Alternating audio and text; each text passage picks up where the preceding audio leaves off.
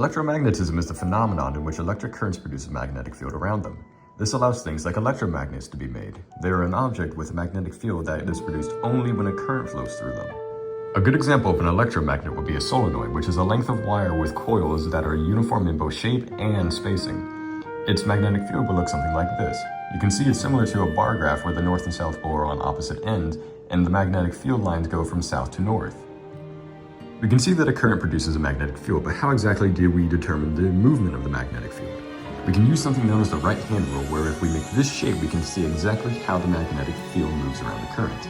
If we angle our thumb in the same direction as the current, we can see that the rest of our fist shows the exact direction of the magnetic field. For example, if your thumb points upwards, the magnetic field will be rotating counterclockwise around the current. Going back to the solenoid, we can see how these magnetic fields rotate around the wire. However, in a solenoid with less coils, the magnetic field is less dense and therefore weaker. In a solenoid with more coils, the magnetic field is denser and will be stronger.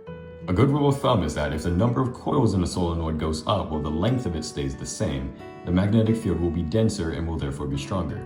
For the same reason, if the number of coils stays the same while the length of it decreases, it will also be stronger because the coils will still be more dense. Finally, you can also make a solenoid stronger by just feeding it more current. And if electromagnets aren't cool, I don't know what is.